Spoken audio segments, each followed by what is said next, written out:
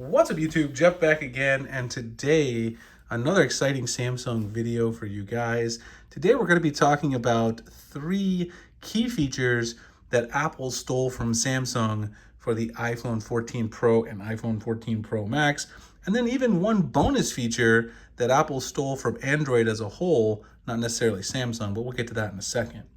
Before we do, I want to encourage you guys that if you enjoy my channel, sign up for my newsletter, which is going to have lots of awesome giveaways. I'm going to be giving away some cases. I'm going to be giving away some free wireless services, even perhaps some free prepaid wireless over on my newsletter. I'm going to start using it a lot more.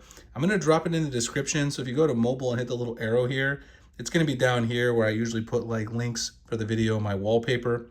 Down there, I'll also have the wallpaper from this video if you're interested, and the icon pack. So if you want to sign up for my newsletter, get those exclusive giveaways. I often also send out a lot of customization stuff, some free app codes for things like icon pack and wallpaper apps. So it's a good time overall. I'm going to try to start using that more, so check it out. So let's talk about it. 3 key features that Apple stole from Samsung for the iPhone 14 Pro. One of them is very clear, and that is the punch hole setup and design for the selfie camera on the front. Now, as we know, Apple obviously went a little bit bigger. If you look at Samsung and the S22 Ultra, you can barely notice the punch hole selfie cutout on the S22 Ultra, especially on a dark wallpaper like the one I have here, again, from Surreal Walls, which I'll drop below. But Apple went with the wider, what they're calling dynamic island. Now, in terms of an aesthetic, I personally think that this minimalist punch hole looks a lot better on the S22 Ultra, both when the screen is off and also when the screen's on. Even with a light colored wallpaper, it looks better. I tend to use dark mode for pretty much everything, even my Twitter, as you guys can see, and it kind of blends in nicely. Now, even though they stole the punch hole camera cutout, they've tried to make it more interesting with the dynamic island, and a lot of people are split on how cool that is. I, of course, ordered an iPhone 14 Pro to check it out and compare, because you can't really talk bad about the competition unless you know what they're actually doing, and you need to use the phone in order to do that. But one thing I will say is the idea of the dynamic island and putting notifications in a separate spot is something they stole from another Android manufacturer, not Samsung, but LG. LG had this idea where they had a little cutout here in the top right where they put notifications, and you could put extra apps and shortcuts and widgets with the LG V10. So even though Samsung never did that, you could technically say they kind of did that with the Note Edge, because you could get a lot of information living on your Edge screen. That was a weird phone overall, but I loved it. They kind of stole the idea from the LG V10 for the dynamic island. Now, whether or not Apple did a better job of implementing it's another discussion, but they definitely stole that general idea from that device. Let's talk about the second thing.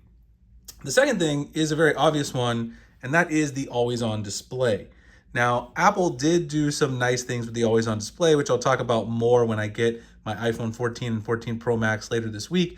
I'm going to do some full comparison videos, quite a bit more diving deep into the differences between the S22 Ultra and the iPhone 14 Pro. But the always-on display has been there for Samsung for so long. It's been a vital part of Android.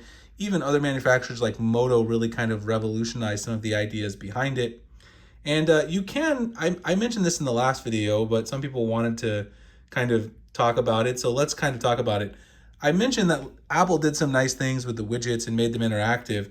You can technically interact with some widgets on your always-on display here, but it's not really like it is on the iPhone. I give Apple credit. It is a little more interactive, a little more robust. It appears on the iPhone, but they definitely got the general idea of customizing the lock screen and things like that.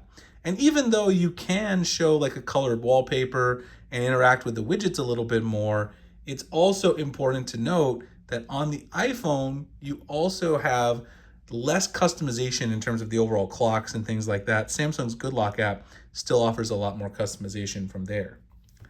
And then the final feature, let's actually talk about it, because it makes the always-on display with colored wallpaper less likely to burn in your device, and that is the variable refresh rate that goes from 1 Hz to 120 Hz.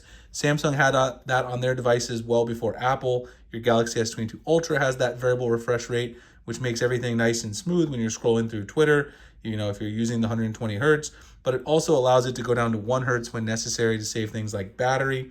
And that's one of the reasons why Apple is now able to do that colorful color wallpaper on their always-on display implementation, is because they did steal that idea of having dynamic refresh rate from 1 to 120 hertz from Samsung, which is already on our S22 Ultra. So there you have it, 3 things that they stole from Samsung, plus one bonus thing that they stole from Android as a whole, from the LG V10, in my opinion, which was the dynamic island implementation, where LG had the second screen experience in the top right. Apple does have some decent ideas, and I'm pretty excited to compare the iPhone 14 Pro to my S22 Ultra.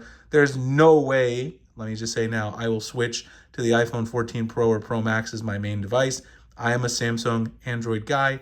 I love my customization. I love my true file management. I like to be able to customize and sideload apps. I will never switch to an iPhone as my daily driver until those things are remedied. But I am, it's fun to play with and compare. I'll have lots of videos for you guys later this week. Please like, comment, subscribe if you enjoy the content. Also, like I said, if you do enjoy my content and you want to get some exclusive giveaways for your Samsung device, check out my newsletter. There'll be other things like customization, app codes. I'm going to start using that a little more. My newsletter will be in the description and the pinned comment. Appreciate you guys checking out the video, and I'll see you in the next one. Thanks a lot for watching.